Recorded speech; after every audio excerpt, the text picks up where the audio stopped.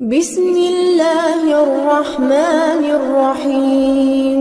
حضرت موسیٰ علیہ السلام فرعون کے دربار میں کھڑے ہیں، چاروں جانب دشمن ہی دشمن ہے۔ جادوگر آ گئے، انہوں نے سانپ چھوڑے، حضرت موسیٰ کے ہاتھ میں ڈنڈا تھا۔ حضرت موسیٰ کہتے ہیں یا اللہ کیا کروں؟ تو اللہ تعالیٰ نے فرمایا اپنا سانپ پھینک دو۔ کہنا چاہیے چلا کہ یا اللہ ایک ہی تو شے ہے، اتنے سانپ ہے، بچانے کے لیے ڈنڈا ہے وہ پھینک دوں؟ ڈنڈا پھینکا جاتا ہے، سانپ کو دیکھ کر کے قابو کیا جاتا ہے۔ یہ میرا اور آپ کا ذوق ہے نا، لیکن انبیاء کرام کا انداز ملاحظہ کیجئے میرے عزیزو۔ اللہ فرماتے ہیں ڈنڈا اے موسیٰ ڈال دے اپنا عصا۔ پہلے نہیں فرمایا کہ سانپ بن جائے گا، فرمایا بس تو ڈال دے۔ میں اور آپ ہوتے ہیں تو سامنے ہے، ڈنڈا ہاتھ میں ہے، ہم کہیں گے عجیب بات ہے، یہی تو دفاع کی چیز ہے، اسی کو ڈال دوں تو بچوں گا کیسے؟ کہا ڈال دو، تو حضرت موسیٰ نے ڈال دیا، کہا میرے رب کا حکم ہے تو میرے لیے بہتر ہی ہوگا۔ اللہ فرماتے ہیں جب موسیٰ نے ڈالا تو میں نے اس ڈنڈے کو، اس عصا کو اژدہا بنا دیا۔ اب کبھی عصا بھی اژدہا بنے، کبھی چھڑی بھی بہت بڑا اژدہا بنی ہے، لیکن قرآن کہتا ہے جناب موسیٰ نے ڈالا تو اللہ نے اژدہا، بلکہ اس سے پیچھے چلیے، عورتیں کمزور یقین کی ہوتی ہے نا۔ جناب موسیٰ پیدا ہوئے تو اللہ فرماتے ہیں میں نے موسیٰ کی ماں کے دل میں بات ڈالی، ماں کے دل میں صندوق میں ڈال کے تو اس کو دریا میں بہا دے۔ فرعون کو اس نے وہ خواب دیکھ لیا تھا کہ ایک ستارہ اٹھے گا اور پھر وہ گرے گا تو میری ساری سلطنت کو تباہ کر دے گا۔ نجومیوں سے اس نے پوچھ لیا، اس نے کہا کہ ایک بچہ پیدا ہوگا جو تیری سلطنت کو تباہ کرے گا۔ چاہیے تو یہ تھا کہ وہ توبہ کرتا، لیکن اس نے کیا کیا کہ اس نے بچوں کو قتل کرانا شروع کیا۔ یُسَبِّحُونَ أَبْنَاءَکُمْ، ذبح کرا دیتا تھا تمہارے بیٹوں، اور بچیوں کو وہ زندہ رکھتا تھا۔ تو حضرت موسیٰ جب پیدا ہوئے تو ان کی والدہ نے پتہ کیا کیا، ان کو ایک صندوق میں بند کر کے دریا میں بہا دیا۔ اب دریا میں بہتے جا رہے ہیں تو ماں تھی تو پریشان بھی ہو گئی، ان کی ہمشیرہ کو کہنے لگی ذرا دھیان رکھنا کدھر جاتے ہیں۔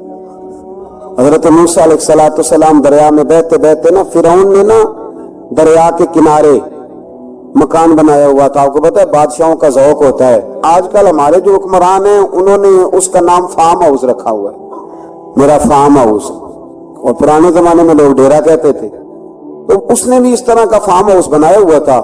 وہاں پہ حضرت موسیٰ علیہ السلام تیرتے ہوئے تابوت کے اندر، صندوق کے اندر جا رہے ہیں۔ فرعون اور ان کی بیوی حضرت آسیہ بے اولاد تھی، بڑی تڑپ تھی بیٹے کی، وہ بھی وہاں کھڑی تھی۔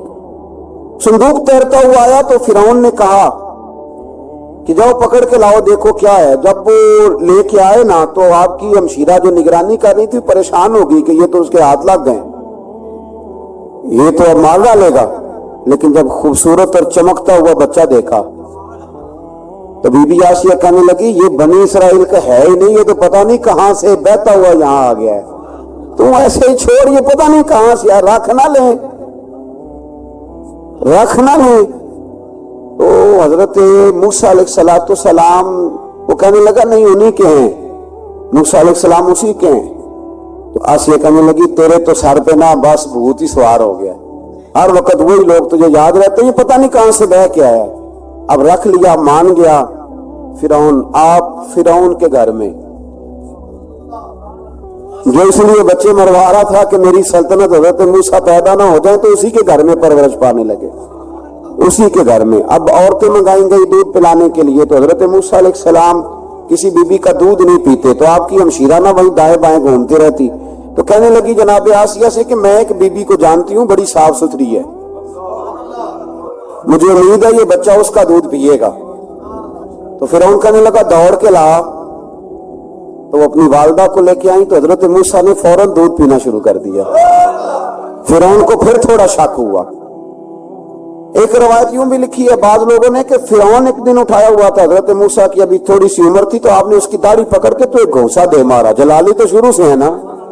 تو کہنے لگا آسیہ تو مان نہ مان یہ بچہ وہی ہے۔ تو حضرت بی بی آسیہ کہنے لگی کہ تجھے غلط فہمی ہے، یہ وہ نہیں ہے۔ اس نے کہا دیکھو نا یہ تو اٹھاتی ہے تو پیار کرتا ہے، اور میرے جب قریب آتا ہے تو اس کے لب و لہجے میں تلخی محسوس کرتا ہوں۔ اس نے کہا بچوں کو کیا پتا، خیر ایک طرف اس نے کھانے پینے کی چیزیں رکھ دی، ایک طرف انگارے رکھ دیے. وہ بھی حضرت آسیہ کہتی ہیں کہ تجھے سمجھ آئے بچے بچے ہوتے ہیں. حضرت موسیٰ بچے تو تھے پر تھے تو اللہ کے نبی نا، اللہ کے نبی تھے. جب اس نے کہا نا یہ بچے ہیں تو حضرت موسیٰ علیہ السلام بجائے انگاروں کی طرف جانے کے نبی تھے، وہ سیدھے کھانے پینے والی چیزوں کی طرف بڑھنے لگے. فرعون کہنے لگا اب بتا. اللہ تعالیٰ نے حضرت جبریل کو بھیجا، انہوں نے کہا ادھر نہیں جانا آپ ادھر جائیے. تو آپ آگ کی طرف گئے اور ایک کوئلہ اٹھا کے زبان پہ رکھ لیا. تو آسی کہنے لگی سمجھ آئی بچے کو کیا پتا کدھر جانا ہے کدھر نہیں جانا. اگر وہ اتنا ہی خیال ہوتا وہی بچہ ہوتا تو آگ. اور بعد مفسرین نے لکھا ہے یہ جو حضرت موسیٰ دعا مانگتے تھے نا رب اشرح لی صدری ویسر لی امری، یہ وہ آگ کا انگارہ جب کوئلہ منہ میں رکھا تھا نا تو اس کی وجہ سے زبان میں کچھ لکنت آ گئی. تو آپ دعا کرتے تھے کہ یا اللہ میری زبان کی وہ بند گرا کھول دے تاکہ میں کھل کے فرعون کے سامنے بات کر سکوں. وہی حضرت موسیٰ پلنے لگے، وہیں پلے، وہیں جوان ہوئے، وہی اللہ نے ساری دولتیں دی. بہن بھی ملی، ماں بھی ملی، اور سارے عزیزوں کا پیار بھی ملا. اسی گھر کے اندر اللہ نے پرورش کر کے فرعون کے ظلم سے بنی اسرائیل کو نجات عطا فرمائی. کہ موسیٰ بھی فرعون کے گھر میں پلنے لگے اور جب جوان ہو گئے تو فرعون کے اوپر جو ظلم ہوتا تھا حضرت موسیٰ اس پر بول پڑتے تھے، جلال فرماتے. تو فرعون پھر ناراض رہنے لگا یہاں تک کہ اس نے آپ کو نکال دیا، آپ تشریف لے گئے وہاں سے. تو حضرت موسیٰ ایک دن شام کے وقت دوبارہ آئے بستی میں، لوگ سوئے ہوئے تھے. تو دو آدمی، ایک بنی اسرائیل میں سے اور ایک فرعون کی اپنی قوم میں سے، وہ دونوں آپس میں جھگڑ رہے تھے. لیکن وہ جو حضرت موسیٰ کی بنی اسرائیل کی قوم کا شخص تھا اس پر وہ قبطی، وہ جو فرعون کے قریبی لوگوں میں سے تھا، وہ ظلم کر رہا تھا اور بوجھ اٹھانے کی بات کر رہا تھا. اب اس نے حضرت موسیٰ کو پکارا کہ یہ دیکھیں میرے ساتھ کس طرح کی بات کر رہا. تو حضرت موسیٰ کا ارادہ بھی نہیں تھا. آپ نے بس اس کو سمجھایا پر کچھ لوگوں کو سمجھ. تو حضرت موسیٰ نے پھر ایک مکہ مارا، ایک گھوسا مارا، صرف ایک ہی. یہ کئی تگڑے اور دلیر اس طرح کے بھی ہوتے ہیں کہ گھوسا ایک بھی برداشت نہیں کرتے. وہ ایک مارا، آدمی دھڑام سے زمین پہ گرا اور ماری گیا. حضرت موسیٰ کا ارادہ نہیں تھا لیکن وہ مر گیا. حضرت موسیٰ علیہ السلام نے اس بات پر اپنے رب سے استغفار بھی فرمائی. قرآن کہتا ہے کہ انہوں نے معافی چاہی کہ اللہ میرا ارادہ نہیں تھا. بہرحال اگلے دن نا حضرت موسیٰ دوبارہ آئے. وہ سنا کرتے تھے نا ہم کہ بیوقوف دوست سے عقل مند دشمن بہتر ہوتا ہے. وہ کم از کم دشمنی تو عقل مندی سے کرتا ہے نا، لیکن وہ بیوقوف دوست ہو بیوقوف. حضرت موسیٰ دوبارہ آئے تو وہ بنی اسرائیلی اگلے دن کسی اور سے جھگڑا کر رہا تھا. پھر اس نے مدد کے لیے پکارا تو حضرت موسیٰ کہنے لگے مجھے لگتا یہ ہے کہ تیری عادت ہے، تو خود بڑا جھگڑالو ہے، تو نے روز نیا جھگڑا شروع کیا ہوتا ہے. حضرت موسیٰ جب اس کی طرف بڑھے نہ ڈانٹنے کے لیے تو اس نے شور کرنا شروع کر دیا. کہنے لگتا ہے جس طرح آپ نے اسے کل قتل کیا تھا مجھے بھی قتل ہی کریں گے. یہ انسانوں کا مزاج ہے کہ آپ جب تک کسی کے طبیعت کے مطابق چلیں گے وہ راضی رہتا ہے، اور ذرا آپ اس کی طبیعت سے ہٹتے ہیں تو وہ شور کرتا ہے. اس نے کہا جی آپ مجھے بھی لگتا ہے ماریں گے. حضرت موسیٰ کلیم اللہ علیہ نبینا علیہ الصلوۃ والسلام کے بارے میں جب اس نے شور کیا تو بات پھر فرعون کے دربار تک گئی. وہ تو پہلے ہی بہانہ تلاش کر رہا تھا. اس نے کہا ڈھونڈو پکڑو اور معاذ اللہ شہید کریں گے. کسی نے آ کے خبر دی کہ آپ یہاں سے ہجرت کر جائیں اس لیے کہ آپ کے لیے یہاں حالات درست. اور بھائی یہ چھوڑ دیا کریں بات کہ فلاں آدمی کے حق میں فلاں جگہ حالات کیسے خراب ہوئے. تو نبی کریم علیہ السلام مکہ چھوڑ کے کیوں آئے؟ حضرت موسیٰ علیہ السلام نے ہجرت کیوں فرمائی؟ یہ ایک ایسی عجیب بحث ہے جس کو لوگ بلا وجہ چھوڑ دیتے، بلا وجہ چھیڑ دیتے. اور بالخصوص کہ خاتون نے ایک دفعہ مجھے پیغام دیا تو میں بڑی اس کی بات سن کے مجھے عجیب لگا. وہ کہنے لگی کہ دوسری جگہ میری شادی ہوئی ہے، مجھے طلاق ہو گئی تھی. تو مجھے ایک تانا روز سننے کو ملتا ہے تو اتنی اچھی ہوتی تو وہاں نہ رہ لیتی. تو بھئی یہ کوئی تانے والی بات ہے؟ کوئی ضروری ہے کہ بیوی غلط ہوتی ہے تو طلاق ہوتی ہے؟ اللہ کے محبوب علیہ السلام کی 2 صاحبزادیوں کو ابو لہب کے 2 بیٹوں نے طلاق بھیج دی تھی. کس کی غلطی تھی؟ تو آپ کیا کہہ سکتے ہیں کیوں طلاق؟ تو اتنی جلدی بات تھوڑی کر دیں گے آپ، تھوڑی احتیاط فرمائیں بولنے میں۔ تو حضرت موسیٰ علیہ السلام وہاں سے نکلے اور آپ مدین کی طرف چلے گئے۔ مدین وہ علاقہ تھا جہاں فرعون کی حکومت کوئی نہیں تھی۔ حضرت موسیٰ جیسے وہاں پہنچے تو ان کے اندر ایک جذبہ تھا، ظلم ہوتا نہیں دیکھ سکتے تھے۔ جب وہاں پہنچے تو انہوں نے دیکھا لوگ اپنے اپنے جانوروں کو گھاٹ پہ پانی پلا رہے ہیں، اور دو خواتین ہیں وہ بالکل پیچھے کھڑی ہیں۔ حضرت موسیٰ کلیم آگے بڑھ کے کہنے لگے تم کیوں نہیں پانی پلاتی؟ تو وہ کہنے لگی ہمارا بھائی کوئی نہیں، باپ ہمارا بوڑھا ہے۔ اللہ اکبر۔ مجبوری یہ ہے، ہم ہیں بھی پردہ دار گھرانے کی، مجبوری ہماری یہ ہے کہ جب تک یہ سارے لوگ پانی پلا نہیں لیں گے اتنی دیر تک ہماری باری نہیں آئے گی۔ تو حضرت موسیٰ کلیم اللہ علیہ السلام فرمانے لگے اچھا یہ بات ہے تو جانور مجھے دو۔ وہ ہو یہ رہا تھا کہ چونکہ مرد پانی پلا رہے تھے تو اور جتنے بھی مرد آتے جاتے تھے وہ گھستے جاتے تھے اور عورتیں بیچاری کھڑی تھی۔ حضرت موسیٰ جھٹ سے آگے بڑھے، پیچھے ہٹو۔ ان دو خواتین پاک باز عورتوں کے جانوروں کو پانی پلایا اور پھر آپ دوبارہ وہیں بیٹھ گئے۔ وہ بیویاں جلدی جلدی گھر گئیں، جا کے اپنے والد سے کہنے لگی ابا جی کمال ہو گیا، اس بستی میں ایک ایسا آدمی ملا ہے جو عورتوں کی طرف دیکھتا ہے تو نیکی کرنے کے لیے آگے بڑھتا ہے، جو مجبور اور بے کس کے لیے اچھے جذبات رکھتا ہے۔ فرمایا جلدی لاؤ۔ کچھ مفسرین اور طرف بھی گئے ہیں لیکن جمہور میں لکھا ہے کہ وہ حضرت شعیب علیہ السلام تھے۔ حضرت شعیب نے گھر بلایا، اپنی ایک بیٹی کو بھیجا، فرمایا بیٹے بلا کے لاؤ۔ وہ جب گھر آئے تو آپ فرمانے لگے آپ میرے ساتھ اجرت طے کر لیں، 8 سال یا 10 سال آپ میری بکریوں کو چرائیں، میرے گھر میں رہیں۔ اور پھر فوراً ہی فرمانے لگے اگر آپ ہمارے گھر میں رہیں گے دیکھ بھال کریں گے تو میں اپنی ایک بیٹی کا نکاح بھی آپ کے ساتھ کر دوں گا۔ تو 8 سے 10 سال حضرت موسیٰ نے وہاں قیام فرمایا۔ اور پھر جب آپ کا نکاح ہو گیا تو آپ اپنی بیوی کو لے کے مصر کی جانب جا رہے تھے، تو رستے میں نا ٹھنڈ زیادہ ہو گئی تو اپنی زوجہ سے کہنے لگے وہاں آگ جل رہی ہے، میں تیرے لیے آگ لے کے آتا ہوں تاکہ تو تاپ سکے، گرمی حاصل کر سکے۔ وہاں گئے تو درخت سے آواز آئی موسیٰ میں تیرا رب ہوں۔ درخت سے آواز آئی موسیٰ میں تیرا رب ہوں۔ اور حضرت موسیٰ کلیم اللہ کو وہاں وحی آنی شروع ہوئی، وہاں وہی اللہ تعالیٰ نے انہیں وہ عصا عطا فرمایا جو پھر بعد میں اژدہا بنتا تھا۔ رب کریم نے وہی حضرت موسیٰ کلیم کو وہی ید بیضا عطا فرمایا۔ اپنا ہاتھ گریبان میں ڈال کے نکالتے تھے تو چاند اور سورج کی طرح روشنی دیا کرتا تھا۔ ید بیضا لیے بیٹھے ہیں اپنی۔ میں کبھی کبھی کہا کرتا ہوں کہ مولا کے دینے کے انداز بڑے انوکھے ہیں۔ بھائی یوسف کو کنویں میں پھینکتے تو اللہ مصر کا حکمران بنا دیتا۔ تو پھر حضرت موسیٰ وہاں سے واپس آئے اور آ کر کے آپ نے دوبارہ وہ سارا نظام زندگی شروع فرمایا۔ موسیٰ علیہ السلام نے ان کو دعوت حق دی اور کہا کہ میں تمہارے پاس واضح نشانیاں لایا ہوں، بنی اسرائیل کو میرے ساتھ بھیج دو۔ فرعون نے معجزات پیش کرنے کے لیے کہا تو حضرت موسیٰ علیہ السلام نے اپنا عصا زمین پہ ڈالا، اپنا عصا اپنی چھڑی اپنا ڈنڈا زمین پہ ڈالا تو وہ ایک واضح اژدہا بن گیا۔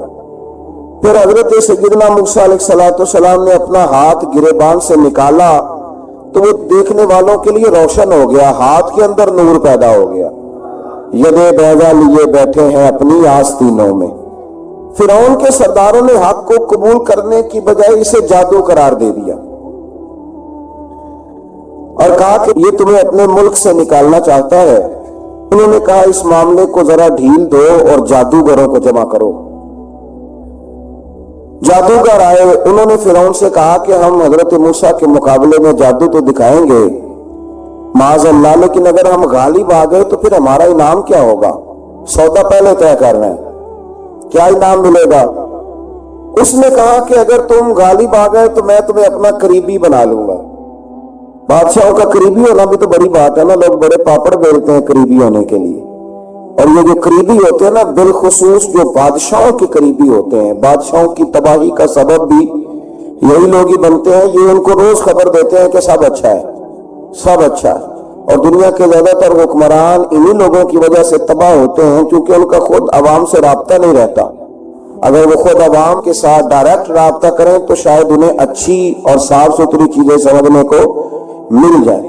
خیر جادوگروں نے جب کہا ہمیں کیا دو گے تو اس نے کہا تمہیں قریبی بنا لوں گا. جادوگروں نے موسیٰ علیہ السلام سے کہا کہ آپ پہل کریں گے یا ہم پہل کریں؟ تو موسیٰ علیہ السلام نے کہا تم پہل کرو. جب جادوگروں نے اپنی رسیاں زمین پہ ڈالی تو لوگوں کی نگاہوں کو سحر زدہ کر دیا، جادو کر دیا اور انہیں ڈروا دیا. انہوں نے کہا یہ تو بڑا جادو لے آئے. اللہ تعالیٰ نے حضرت موسیٰ علیہ السلام کو حکم دیا کہ آپ بھی اپنا عصا زمین پہ ڈالیں. ان کی رسیاں سانپ بن گئی تھی نا، دراصل وہ سانپ بنی نہیں تھی، لوگوں کی آنکھوں پر جادو ہو گیا تھا، انہیں سانپ نظر آ رہا تھا. فرمایا آپ بھی اپنا عصا زمین پہ ڈالیں. وہ عصا سانپ بنا اور جادوگروں کی ساری چیزوں کو نگل ہی گیا. ان کی بہت ساری رسیاں سانپ بنی تھی، ان کا ایک ہی عصا سانپ بنا اور سب کو نگل گیا. اس طرح کے معجزے کی حقانیت اور جادوگروں کا بطلان ثابت ہوا اور فرعونی رسوا ہو گئے. جادوگر سجدے میں گر گئے اور اللہ پر ایمان لے آئے. فرعون نے انہیں دھمکی دی کہ تم میری اجازت کے بغیر ایمان لے آئے ہو، میں تمہارے ہاتھ اور پاؤں مخالف سمت سے کاٹ دوں گا، یعنی الٹا ہاتھ کاٹ دوں گا، سیدھا پیر کاٹ دوں گا. میری بغیر اجازت ایمان لے آئے ہو اور تمہیں سولی پہ بھی چڑھوا دوں گا. انہوں نے کہا کہ ایمان لانے کی پاداش میں تم ہمیں سزا دینا چاہتے ہو. پھر انہوں نے اللہ تعالیٰ سے صبر اور استقامت کی دعا کی. اس کے بعد فرعون نے بنی اسرائیل کے بیٹوں کو قتل کرنے کی اور بیٹیوں کو زندہ چھوڑنے کا حکم دے دیا. موسیٰ علیہ السلام نے قوم کو صبر کی تلقین کی اور کہا کہ نیک انجام اہل تقویٰ کے لیے. یہاں ایک لطیف بات ہمارے صوفیاء نے بھی لکھی ہے. صوفیاء کہتے ہیں کہ فرعون نے کلمہ نہیں پڑھا اور جادوگر کلمہ پڑھ گئے. وہ کس طرح کلمہ پڑھ گئے؟ تو کہنے لگے دراصل انہوں نے آتے ہی حضرت موسیٰ کا ادب بڑا کیا تھا. جادوگر حضرت موسیٰ کے مقابلے میں آ کے بھی ان سے کہتے ہیں کہ رسیاں آپ پہلے ڈالیں گے کہ ہم ڈالیں؟ آپ ایسا پہلے رکھیں گے کہ ہم رکھیں؟ تو اتنا سا ادب کیا تو رب کریم نے فرمایا جو نبی کا ادب کرے وہ بے ایمان نہیں رہ سکتا. جو نبی کا ادب کرے وہ بے ایمان نہیں رہ سکتا، اور جو نبی کی بے ادبی کرے وہ ایماندار نہیں رہ سکتا. ختم ہو گئی بات. یہاں ہمارے صوفیاء نے یہ بات لکھی ہے کہ چونکہ انہوں نے آتے ہی کہا تھا کہ آپ پہلے ڈالیں گے یا ہم پہلے ڈالیں، تو حضرت موسیٰ سے انہوں نے پوچھ لیا. نبی کے پوچھے بغیر پہل نہیں کی تو اللہ نے انہیں ایمان کی دولت عطا کر. اللہ تعالیٰ نے فرعونیوں پر قحط سالی کا عذاب نازل کیا. فرعونیوں کا طریقہ یہ تھا کہ اچھائی کو اپنا کمال گردانتے تھے، کہتے تھے یہ ہماری طرف سے، اور برائی کو معاذ اللہ بدشگونی کے طور پر موسیٰ علیہ السلام کی طرف منسوب کرتے تھے. کہتے تھے معاذ اللہ آپ کی وجہ سے یہ سارا کچھ ہو رہا ہے. ہوتے نا نہیں کہتے جب سے میں وہاں گیا ہوں تب سے. ہمارے بزرگ ایک لطیفہ بھی سنایا کرتے تھے کہ کسی زمیندار نے نماز پڑھنی شروع کی تھی تو اس کے جانور مرنے شروع ہو گئے. اب لوگ سمجھتے ہیں کہ معاذ اللہ شاید یہ کسی بزرگ کے سبب سے ایسا ہے، حالانکہ یہ تو اللہ کی طرف سے آزمائش ہوتی ہے، اس کی حکمتیں ہوتی ہیں. اللہ تبارک و تعالیٰ نے ان پر عذاب کیا نازل کیا. آیت نمبر 130 اور 143 کا بھی آپ سورہ اعراف کی پڑھیں تو اللہ تعالیٰ نے ان پر ٹڈیوں کا، جموں کا، مینڈکوں کا اور خون کا عذاب نازل کیا. یہ کس قسم کا عذاب ہے؟ جمعے پڑ گئے، ٹڈیاں آ گئیں، یہ اللہ نے عذاب نازل کیا. جب وہ عذاب میں مبتلا ہوئے تو موسیٰ علیہ السلام سے کہا کہ آپ اللہ سے دعا کریں کہ ہم سے یہ عذاب ٹل جائے. اگر ایسا ہوا تو ہم ایمان لے آئیں گے، بنی اسرائیل کو بھی عذاب کر دیں گے.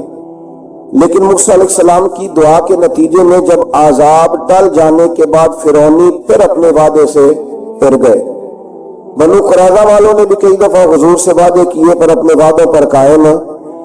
ایک بات آپ سے یہاں روک کے عرض کر دوں، ہم بھی کئی دفعہ کہتے ہیں ذرا بریک کبھی گاڑی کی نہیں نہ لگتی تو ہم ارادہ کرتے ہیں کہ آج سے نماز شروع کر دینی. ذرا طبیعت زیادہ لیل ہوتی ہے تو ارادہ کرتے ہیں نا کہ بھائی آج کے بعد ہم نے نیک، پھر کیا ہوتا ہے شفا ہو گئی تو چھٹی ہو گئی. یہ طریقہ درست نہیں. یہ تو کفار کا طریقہ بیان کیا نا قرآن پاک میں. یہاں فرمایا جب اللہ تبارک و تعالیٰ نے انہیں نجات دے دی تو اپنے وعدے سے مکر گئے. تو پھر اللہ تبارک و تعالیٰ نے بنی اسرائیل کو سمندر پار کر کے ایسی قوم کے پاس پہنچا دیا جو بتوں کی پرستش کرتی تھی. وہ تو بچ گئے لیکن فرعونی سارے دریا کے اندر غرق ہو گئے. حضرت موسیٰ علیہ السلام سے کہنے لگے کہ ہمارے لیے بھی ایک خدا بنا دیجئے. حضرت موسیٰ علیہ السلام نے فرمایا بت پرستی کرنے والے جاہل ہیں. یہ بت پرست قوم کے پاس جب گئے نا بنی اسرائیل والے, بت پوجتے ہوئے دیکھا تو کہنے لگے ہمارے لیے بھی سامنے بنا کے رکھ دو. فرمایا یہ تو جاہل ہے, تم انہیں دیکھ کے اثر قبول کر رہے اور اپنی جاہلیت کے باعث یہ ہلاک ہونے والے بھی ہیں. پھر اللہ تعالیٰ نے بنی اسرائیل پر اپنی نعمتوں کا ذکر فرمایا اور موسیٰ علیہ السلام نے اپنی قوم میں ہارون علیہ السلام کو اپنا جانشین فرمایا اور کوہ طور پر تشریف لے گئے. اللہ نے فرمایا وہاں آ جائے, میں آپ کو تورات عطا کرتا ہوں. 40 دن کا یہ عرصہ تھا. موسیٰ علیہ السلام نے وہاں پہ جا کے, وہ سارا واقعہ بھی انہی آیات میں ہے کہ حضرت موسیٰ نے عرض کیا تھا کہ رب ارنی, یا اللہ میں تجھے دیکھنا چاہتا ہوں. تو فرمایا لن ترانی, تو نہیں دیکھ سکتا. وہ بھی یہاں اللہ نے ذکر فرمایا. پھر اللہ تعالیٰ نے اپنی ایک تجلی جب کوہ طور پہ ڈالی تو حضرت موسیٰ علیہ السلام تاب نہ لا سکے اور بے ہوش ہو گئے اور پہاڑ بھی ریزہ ریزہ ہو گیا. اس کا ذکر بھی اللہ نے انہی آیات میں فرمایا. آیت نمبر 144 سے 155 تک حضرت موسیٰ علیہ السلام کو رسالت عطا کرنے, کلیم اللہ کا منصب عطا کرنے, تورات عطا کرنے کا ذکر ہے. آگے چل کے بتایا کہ جو متکبر لوگ ہیں نا وہ آیات الہیہ سے منہ پھیرتے, اور جو لوگ اللہ کی آیات اور قیامت کو جھٹلاتے ہیں ان کے اعمال باطل ہیں. پھر موسیٰ علیہ السلام کے کوہ طور پر قیام کے عرصے میں بنی اسرائیل کے زیورات سے بچڑا بنا کر اسے معبود بنانے کا ذکر ہے. ان میں ایک جادوگر تھا سامری, سنا ہے سلالہ میں اس کی قبر ہے. حضرت موسیٰ کوہ طور پہ چلے گئے تو اس نے پیچھے سے نا سونے کا ایک بچڑا بنا لیا, اس میں سونے کی تاریں اس کے منہ میں لگائیں, ہوا چلتی تھی تو بجتی تھی. اتنے کمزور عقیدے کی یہ قوم تھی کہ انہوں نے فٹافٹ ماننا شروع کر لیا. فٹافٹ ماننا, کہنے لگے یہ ٹھیک ہے. چنانچہ موسیٰ علیہ السلام جب واپس آئے تو قوم پر غصے اور افسوس کا اظہار فرمایا اور کہا میرے پیچھے تم نے ایسا برا کام کیا. انہوں نے تورات کی تختیاں بھی زمین پہ ڈالی اور اپنے بھائی ہارون علیہ السلام کا سر پکڑ کے اس سے جواب طلبی کی. انہوں نے کہا اے میرے ماں جائے, بڑے خوبصورت لفظ ہے قرآن پاک, اے میرے ماں جائے, اے میرے بھائی, قوم نے مجھے بے بس کر دیا اور قریب تھا کہ یہ مجھے قتل بھی کر دیتے. اب آپ مجھ پر سختی کر کے دشمنوں کو ہنسنے کا موقع نہ دیں. کبھی بھی دشمنوں کو اپنے اوپر ہنسنے کا موقع نہ دینا چاہیے. یہ تو بات ہے حضرت موسیٰ کی, میرے مصطفیٰ کے غلام. حضرت سعد بن ابی وقاص قادسیہ کی جنگ کے لیے نکلے, رستے میں دریائے نیل آ گیا. حضرت سیدنا سعد بن ابی وقاص اب کہاں سفر طے کر کے آئے, کہتے پتہ ہی نہیں تھا کہ دریا آ جائے گا. اب دور دور تک پل کوئی نہیں. صحابہ کہتے ہیں دشمن للکار رہا, حضرت سعد بن ابی وقاص دریا کنارے کھڑے ہوئے, ایمان, یقین اور استقامت, ڈٹ گئے. کہنے لگے وہ دریا, اگر تو حضرت موسیٰ کی نافرمان قوم کو رستہ دے سکتا ہے, محمد عربی کے وفادار نہ ہوتا رہے. ہم تو رسول اللہ کے ماننے والے ہیں, دشت تو دشت ہے, دریا بھی نہ چھوڑے ہم نے, بحر ظلمات میں دوڑا دیے گھوڑے ہم نے. فرمایا چھوڑ رستہ. صحابہ کہتے ہیں اس وقت ہم نے نعرے لگائے جب دریا نے رستہ ہی چھوڑ دیا. کہتے ہیں پھر اللہ رسول پر ہم ذکر کرنے لگے, درود پڑھنے لگے, دریا سے رستے بن گئے. فرماتے 10,000 کا لشکر گزر گیا. اس پار جب گیا نا تو حضرت سعد بن ابی وقاص نے پھر مجمع پہ نظر ڈالی. فرمایا کسی کی کچھ ہے تو نہیں رہ گئی پانی میں, کوئی دریا میں چیز تو نہیں رہ گئی. ایک صحابی کہنے لگے میرا مٹی کا پیالہ رہ گیا ہے.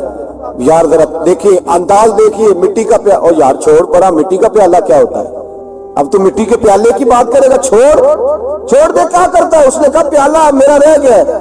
حضرت سعد بن ابی وقاص کہنے لگے کیوں ہمارا پیالہ رہ جائے, ہم رسول اللہ کے نوکر ہیں.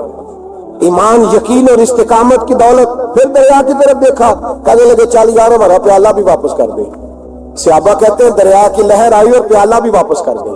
اور میرے بھائی جب ایمان کی دولت, یقین کی دولت, اعتماد کی دولت, جو بابا کہتا ہے نا کہ معاذ اللہ تعالیٰ الو کا خون لے آؤ اور شیر کی کھلڑی لے آؤ, میں کالا پیلا نیلا جادو کروں گا, اس پر لوگ دوڑ کے جاتے ہیں, 50-60 ہزار روپیہ بھی دے آتے دوڑ کے. اور اگر کہا جائے کہ مسجد آؤ 4 رکعت نماز پڑھو, حاضری دو مسجد کی, تو کہتے ہیں معرفت والے ہیں. معرفت والے نماز ہی نہیں پڑھتے, وہ کون سی معرفت ہے. یہاں اللہ کی بارگاہ میں جھکنے کا چونکہ یہ لیٹ ہے نا، یہ پتہ نہیں جنت میں جا کے ملے گا، کب ملے گا، معاذ اللہ۔ لوگ دنیا داری کے معاملے میں پس جاتے ہیں۔ حکمران نے وعدہ کر دیا ہے سڑکیں پکی ہو جائیں گی، خوشحالی ہو جائے گی، موجیں لگ جائیں گی، لوگ لائنوں میں کھڑے ہیں ووٹ دینے کے لیے، اور تیرے رب نے کہا ہے تو مجھ سے ڈر جا، میں تیری دنیا بھی اچھی کر دوں گا، آخرت بھی اچھی کر دوں گا، تو ادھر آ میری بارگاہ میں جھک۔ لوگ اعتماد اور یقین کو اوہام پرستی کا شکار ہیں، ہم لوگ وہم کا شکار ہیں، ہم لوگ بدشگونی ایسے ہو جائے گا ویسے ہو جائے گا، ہم ان چیزوں کا شکار۔ بھائی اعتماد کی دولت پیدا کریں، یقین اپنے اندر پیدا کریں، ایمان پیدا کریں، ڈٹ جائیں رب رسول کا نام لے کر۔ حضرت عمر کا زمانہ تھا، مصر فتح ہو گیا، حضرت عمر بن عاص گورنر بنے۔ رواج یہ تھا مصر کے اندر کہ ایک دریا چلتا تھا، دریائے نیل، اور سارے مصر کا انحصار اسی دریا پہ تھا، فصلوں کو پانی بھی لگتا اسی سے، جانور بھی اسی سے پانی پیتے، کھیتیاں بھی اسی سے سیراب ہوتی۔ سال کے بعد وہ دریا خشک ہو جاتا، سال کے بعد وہ دریا خشک ہوتا، اور جب خشک ہوتا نا تو ایک کواری لڑکی قتل کر کے دریا میں ڈالتے، پھر وہ دریا چلتا۔ آج بھی بہت ساری جگہوں پہ اوہام پرستی ہے، کہتے ہمارے آستانے کا طریقہ ہے۔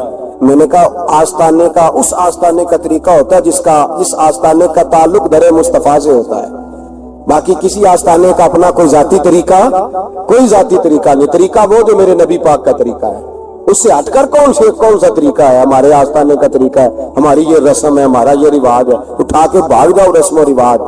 ہمارے رسم و رواج رسول اللہ کی سنت کے پابند ہے۔ سارے بولیے صلی اللہ ہو، پھر ایک دفعہ پڑھیے درود شریف صلی اللہ ہو، 3 دفعہ کر لیں تاکہ طاقت عاد ہو جائے، صلی اللہ علیہ۔ نبی پاک صلی اللہ علیہ وسلم کا طریقہ اصل طریقہ ہے۔ حضرت عمر فاروق کو جناب عمر بن عاص، اور کہتے ہیں کہ پکا طریقہ یہ تھا کہ جب تک لڑکی قتل کر کے ڈالتے نہیں تھے دریا چلتا نہیں تھا۔ حضرت عمر کو خط لکھا کہ حضور یہ معاملہ ہے، اور لوگ مجھے یہی کہتے ہیں، میں نے لوگوں کو سمجھایا ہے کہ اسلام ظلم کا حکم نہیں دیتا، ظلم کی اجازت نہیں دیتا، کیسے لڑکی قتل کی جائے؟ اب آپ بتائیں کیا کرنا ہے؟ حضرت عمر ایمان، یقین، استقامت، پہاڑ ہے یہ لوگ۔ حضرت عمر نے 2 خط لکھے، ایک حضرت عمر بن عاص کے نام، دوسرا دریائے نیل کے نام، 2 خط لکھے۔ ایک خط لکھا دریا کے نام، ایک خط لکھا عمر بن عاص گورنر کے نام خط لکھا، تو فرمایا جتنے یہودی ہیں، عیسائی ہیں، کمزور ایمان والے، سب کو دریائے نیل پہ لے جا، اور میرا یہ دوسرا خط دریا میں ڈال دے اور سب کے سامنے ڈال دے۔ کہتے ہیں یہ خط پڑھنا چاہے تو تجھے اجازت بھی ہے، سنیے اور سر دھنیے اور سوچئے کہ اصل کمزوری کہاں آئی ہے۔ رمضان کے سب سے پہلے جمعے میں سب سے اہم موضوع چھیڑا ہے، کمزوری اور نقص واقعہ کہاں ہوا ہے۔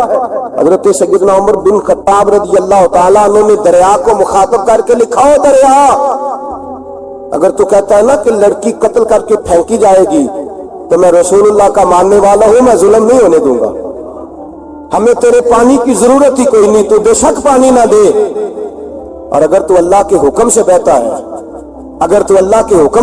ہے تو پھر اللہ کا بندہ اور مصطفیٰ کا غلام عمر تجھے حکم دیتا ہے کہ فوراً بہنا شروع کر دے، فوراً منٹ نہ لگانا۔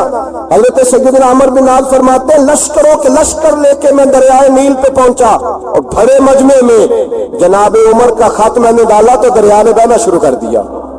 فرماتے ہیں دریا بہنے لگا اور غیر مسلم کلمہ پڑھنا شروع ہو گئے۔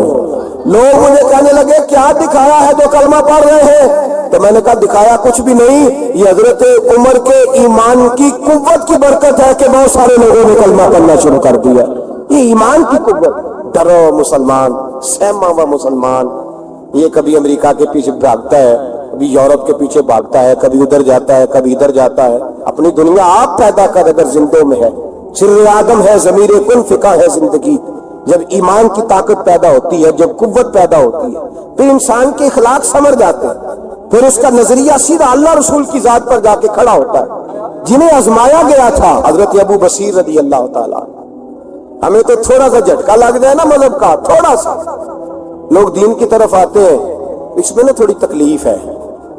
صحیح بخاری کی حدیث، اس میں تکلیف ہے، سچ کہہ رہا ہوں، صحیح بخاری کی حدیث ہے۔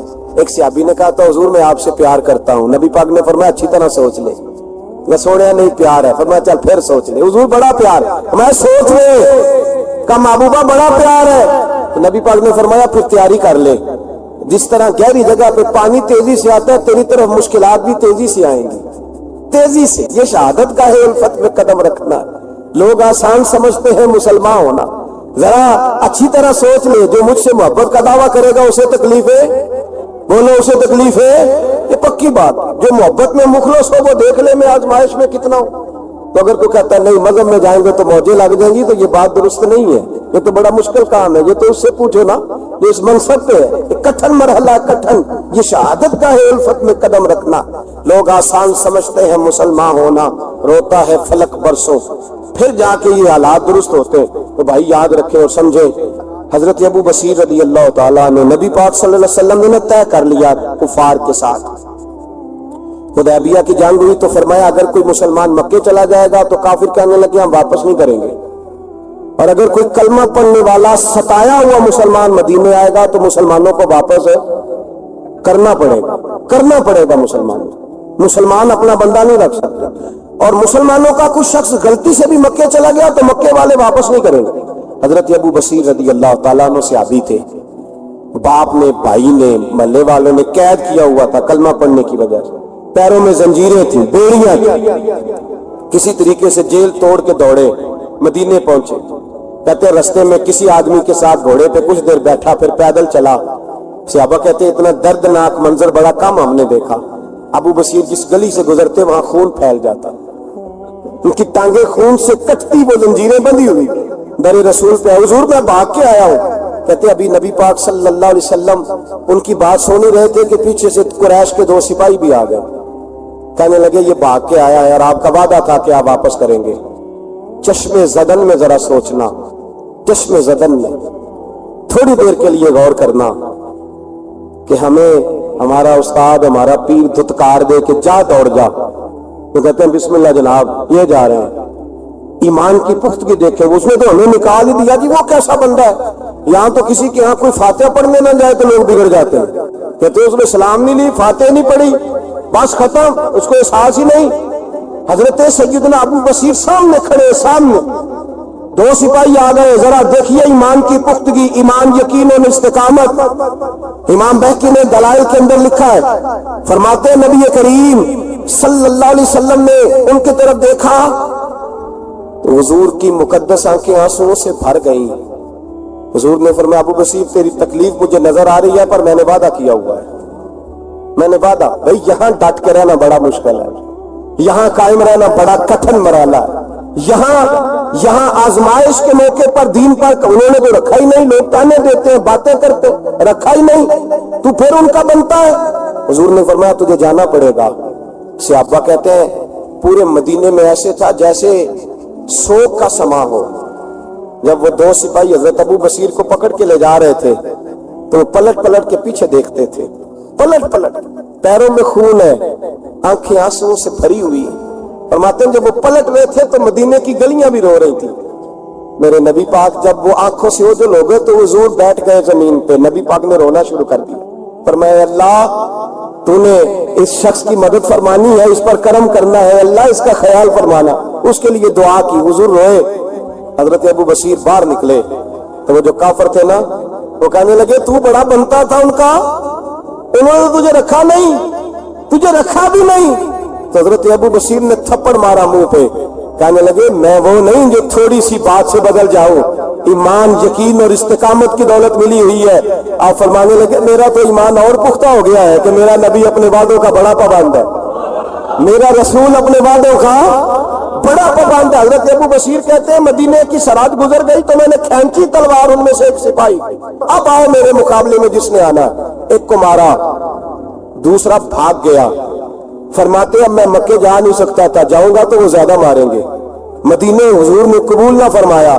فرماتے ایک جنگل میں جا کے العیس نام کی ایک بستی تھی، وہاں ڈیرا لگا لیا، دریا کے کنارے، پانی پی لیتا، پتے کھا لیتا، تن تندور ہڈاں دا بالن تے اسی ہاواں نال تپایا، کپ کپ مکیاں پیڑے کیتے تے اتوں صبر پلے تھن لایا، تن دی ہانڈی تے من دا سالن اتے لون صبر دا پایا، غلام فریدا وے میں ساری تیری، غلام فریدا وے میں ساری تیری، تینوں اجے یقین نہیں آیا؟ فرماتے سالوں پتے کھائے، اب جو بھی وہاں سے تنگ ہوتا وہ میرے پاس آ کے پناہ لیتا، جس کو مکے والے مارتے میرے پاس آ کہتے تانے دینے والے آگے کہتے ہیں تم کس طرح کے نوکر ہو, تمہیں تو انہوں نے رکھا ہی نہیں. ہم نے کہا چپ کر جا, وہ ہمارے آقا ہیں, وہ ہمارے آقا ہے. رکھے تب بھی ٹھیک ہے, نہ رکھے اللہ اکبر. ایمان دیکھو, قوت دیکھو. جڑیاں خسماں دی وچ رضا وسن پاگ جاگ جاندے نہ گولیاں دے تے میں گڈی ہتھ ڈور سجن دے او جنج رکھے اونج رہے. واجب نہیں جے وچ شریعت مندہ قسم نو کہنا. فرمایا بس ٹھیک ہے, جس طرح حضور راضی ویسے ہی ہم راضی. حضرت ابو بصیر رضی اللہ تعالیٰ عنہ کے پاس 300 صحابہ اکٹھے ہو گئے. 300. حضرت ابو بصیر جب مدینے کی سرحد سے گزر رہے تھے نا تو نبی پاک نے ایک آواز دی تھی. فرمایا ابو بصیر ایک وقت آئے گا کہ میرا پیغام تجھ تک پہنچے گا, ایک ٹائم آئے گا. حضرت ابو بصیر سے جب کوئی کہتا نا کہ زندہ کس بات پہ ہو تو فرمانے لگے مصطفیٰ کے فرمان پہ بڑا یقین ہے, بلاوا آئے گا. مجھے بلاوا, مجھے یقین ہے کہ مجھے بلاوا, بڑی امید ہے سرکار قدموں میں بلائیں گے اور کرم کی جب نظر ہوگی مدینے, مجھے یقین ہے کہ مجھے بلاوا. حضرت ابو بصیر رضی اللہ تعالیٰ عنہ فرماتے ہیں کہ وقت گزرتا گیا, 300 لوگ اکٹھے ہو گئے. جب کوئی مسلمانوں کا قافلہ مکے کے پاس سے گزرتا تو مکے والے لوٹ لیتے تھے. حضور نے بھی اجازت دی مدینے والوں کو, اگر ان کا قافلہ کوئی آئے تمہیں بھی حملے کی اجازت ہے, کفر کا مال مال غنیمت ہے. حضرت ابو بصیر کہتے ہیں جب بھی ہمارے قریب سے وہ رستہ تھا شام کی طرف جانے کا, جب بھی کافر گزرتے ہم ان کے قافلے پکڑ لیتے, لوٹتے. ہم بھی ان کو اس طرح کی سزا دیتے جو مسلمانوں کو دیتے تھے. فرماتے ان کا جینا محال ہو گیا. ہاتھ باندھ کے نبی پاک کی بارگاہ میں گئے, کہنے لگے یہ شرک ختم فرما دیں اور آپ ان کو بلا لیں, بلا لیں. حضرت ابو بصیر فرماتے ہیں میں بوڑھا آدمی تھا, دن بھر میں کام کرتا, محنت کرتا, اس علاقے میں کھیتی باڑی کرتا. جب رات ہوتی تو میں کسی پہاڑ کے ٹیلے پہ بیٹھتا اور مدینے کی جانب منہ کر لیتا اور میں انتظار کرتا بلاوا کب آئے گا, کب حضور کا پیغام آئے گا, میں انتظار کرتا. حضرت ابو بصیر رضی اللہ تعالیٰ عنہ بیمار ہو گئے, شدید بیمار, سخت بیمار تھے تو قریش نے شیخ ختم کی. حضرت ابو ہریرہ کہتے ہیں نبی پاک نے 2 صحابہ کو روکا دیا, فرمایا جاؤ اسے جا کے کہو آ جائے, اسے کہو آ جائے. صحابہ کہتے ہیں ہم پہنچے تو ان کا آخری وقت چل رہا تھا, آخری ہجکیاں تھیں. ایمان اور یقین دیکھو, آخری ہجکیاں. لوگ کہتے ہیں ابو بصیر وقت آ گیا, وہ کہتے ہیں نہیں ابھی وقت نہیں آیا, وقت تب آئے گا جب نبی پاک کا بلاوا آئے گا. حضور کا وعدہ تھا وقت تب آئے گا جب میرے نبی کا بلاوا آئے گا, ابھی بلاوا نہیں آیا تو ابو بصیر کا وقت بھی نہیں آیا. صحابہ کہتے ہیں ہم نے جا کے رکا تھمایا, اٹھنے کی بھی طاقت نہیں تھی. جب حضور کا رکا لیا نا تو دونوں یوں مٹھیاں بند کر لی, وہ جھوم جھوم کے نعرے لگانے لگے آؤ دیکھو میرے نبی کے وعدے کتنے سچے ہیں, آؤ دیکھو حضور کے وعدے. چومتے حضور کا نامہ سر پہ رکھتے, سینے سے لگاتے اور کہتے ہیں پھر بلند آواز سے کلمہ پڑھنے لگے. کہنے لگے حضور میں حاضر ہوا, یا رسول اللہ میں آیا. کہتے بلند آواز سے کلمہ پڑھا اور ان کی روح پرواز کر گئی, ان کی روح پرواز کر گئی. نبی رحمت صلی اللہ علیہ وسلم کے غلاموں کا یقین, اعتماد اتنے اعلیٰ درجے کا. کمزور مسلمان, دائیں بائیں دیکھتا مسلمان, کفر کے وعدوں پر اعتبار کرتا, یہودی عیسائی اور سکھ کے وعدوں پر اعتبار کرتا, دنیا دار ٹھگ اور چور کے وعدے پر اعتبار کرتا, یہ رب کریم کے وعدے پر اعتبار نہیں کرتا, یہ اللہ رسول کے ساتھ اپنی توجہ کو مبذول نہیں کرتا. میرے رسول کریم سید عالم صلی اللہ علیہ وسلم کے غلاموں نے اعتماد کر کے, یقین کر کے ہمیں بتلایا ہے کہ جب تیرے پاس یقین کی دولت ہوتی ہے پھر تو دنیا کا طاقتور آدمی ہوتا ہے. جب تیرے پاس ایمان کی قوت ہوتی ہے تو دنیا کا سب سے مضبوط شخص ہوتا ہے. اپنے آپ کو مضبوط کریں. حضرت موسیٰ کلیم اللہ علیہ السلام کا زمانہ مبارکہ تھا, قحط پڑ گیا, بارش نہیں ہوتی. ہم لوگ نا اب تو خیر ہمارے پاکستان میں تو ٹیبل ٹاک ہوتی ہے, ٹاک شو ہوتے ہیں. ہمارے یہاں تو پتہ کیا جاتا ہے کہ بارش ہو کیوں نہیں رہی, اور اس پہ یہ ہوتا ہے کہ دھواں بڑا چڑھ گیا ہے, حالات بڑے خراب ہیں, فلاں ایسے ہو گیا, قحط کا. ہم تو اسباب تلاش کرتے رہتے ہیں نا, نہیں فوق بہت زیادہ ہے, فلاں چیز ایسے ہے, فلاں چیز ایسے, ہم تو یہ تلاش کرتے رہتے. وہ لوگ یوں نہیں کرتے تھے, وہ سیدھے جا کے مسلوں پہ بیٹھتے تھے. اس لیے کہ وہ کہتے تھے جب رب چاہتا ہے تو پھر کوئی چیز کسی چیز کو روک سکتی, وہ سیدھے مسلے پہ بیٹھتے. اعلیٰ حضرت فاضل بریلوی رحمۃ اللہ علیہ کے پاس ایک مولانا محمد حسین آئے, وہ فلکیات کے بڑے ماہر تھے. تو اعلیٰ حضرت نے فرمایا ذرا ستاروں کا حساب لگا کے دکھاؤ بارش کب ہوگی. کہنے لگا پورا مہینہ تو نہیں ہوگی. تو اعلیٰ حضرت رحمۃ اللہ علیہ فرمانے لگے کہو کہ میرا علم کہتا ہے مہینہ نہیں ہوگی، اللہ چاہے تو ابھی ہو سکتی ہے۔ کہنے لگا جی وہ تو ٹھیک ہے پر میرا علم، وہ جیسے روڈ لوگوں نے پیر نیٹو شہنشاہ صاحب نہیں کھولے ہوتے، بارش کب آئے گی اور اس کی طرف نہ دیکھ، مصلے پہ بیٹھ، مہربانی کر مصلے پہ بیٹھ، اللہ کی بارگاہ میں حاضر ہو، اسے معافی مانگ، اسے منا تاکہ وہ رحمت کی بارش۔ کہنے لگا جی میرا علم کہتا ہے، تو اعلیٰ حضرت فرمانے لگے پھر وہی بات، تو کہ اللہ چاہے تو بارش ابھی، لیکن یہ جو اڑ گئے ہیں نا بیچارے، یہ اڑی گئے ہیں، یہ جہاں الجھ گئے ہیں وہاں یہ لوگ الجھ گئے، اللہ ہمیں الجھنے سے محفوظ فرمائے۔ اعلیٰ حضرت اٹھے تو فرمایا ٹائم کیا ہو گیا گھڑی پہ؟ کہنے لگا جی 12۔ تو اعلیٰ حضرت نے گھڑی گھمائی، اب کیا بج گیا؟ کہنے لگا 4 بج گئے۔ فرمانے لگے بج گئے نا 4؟ کہنے لگا جی آپ نے گھڑی گھما جو دی ہے۔ فرمانے لگے اللہ بھی جب چاہے تو ستارے گھما دیتا ہے، اللہ بھی ستارے گھما دیتا ہے بارہ۔ کہنے لگا جی وہ تو ٹھیک ہے پر مہینہ نہیں ہو سکتی۔ اڑا ہوا بندہ اس کا کوئی راج ہے جو اڑ بھی جائے، اس کے لیے قرآن کہتا ہے وَإِذَا خَاطَبَهُمُ الْجَاهِلُونَ قَالُوا سَلَامًا، اسے سلوٹ کرو دور سے، اسے کہ تو جان اور تیرا۔ کہنے لگا جی ہو نہیں سکتی پورا مہینہ۔ فرمانے لگے یار تو جا اپنا کام کر۔ وہ شخص کہتا ہے میں نے دروازہ کھولا اعلیٰ حضرت کا، کمرے سے باہر نکلا تو تیز بارش ہو رہی، واپس آیا تو میں نے کہا احمد رضا یہ عقیدہ کہاں سے لیا ہے؟ فرمایا دروازہ مصطفیٰ سے لیا ہے صلی اللہ علیہ وسلم۔ تو یاد رکھیں کہ اللہ کو منانا چاہیے، استغفار کرنا چاہیے، اس کی برکات۔ حضرت موسیٰ ساری قوم کو لے کے نکل گئے، آؤ بھائی میدان میں اللہ کی بارگاہ میں استغفار کریں اور بارش کا سوال کریں، بارش مانگے، جب باہر نکلے دیر تک دعائیں ہوتی رہیں۔ حضرت موسیٰ علیہ السلام کو رب کریم نے وحی فرمائی کہ موسیٰ آپ کی قوم میں ایک شخص ہے جس کو 40 سال ہو گئے نافرمانی کرتے، اس نے رب سے صلح نہیں کی۔ کتنے لوگ ہیں؟ ایک، اور 40 سال سے وہ نافرمان ہے، اس کو مجمع سے نکال دو بارش ہو جائے گی۔